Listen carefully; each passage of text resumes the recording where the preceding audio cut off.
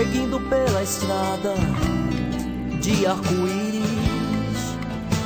Meu cavalo vai comendo a chuva que banha o rebanho da região.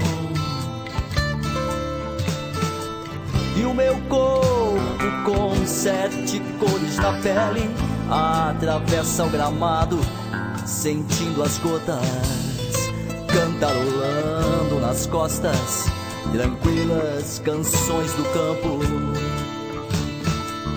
O céu é minha cabeça e meu chapéu, com nuvens pensantes, passantes e chuvosas, que guiam minha boiada até a eternidade, até os morros que se afastam invisíveis, encostados nos horizontes.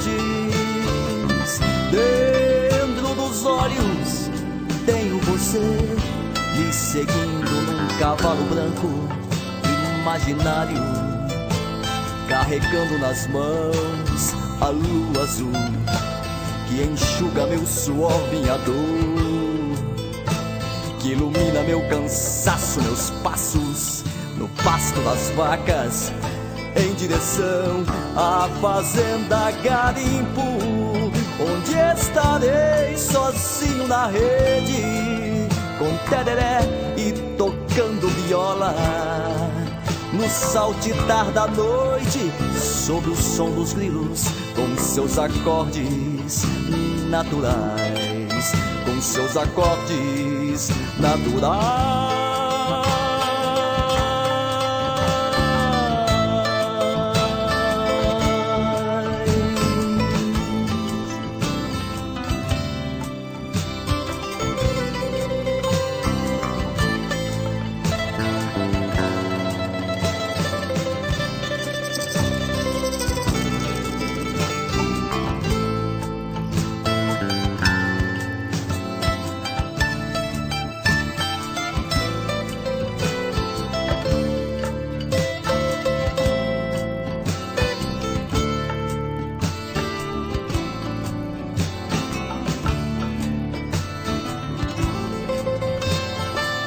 Dentro dos olhos tenho você, me seguindo num cavalo branco imaginário, carregando nas mãos a lua azul que enxuga meu suor, minha dor, que ilumina meu cansaço, meus passos no pasto das vacas, em direção à fazenda garimpo, onde estarei sozinho na rede, com tereré e tocando viola, no saltitar da noite, sob o som dos grilos, com seus acordes naturais, com seus acordes naturais.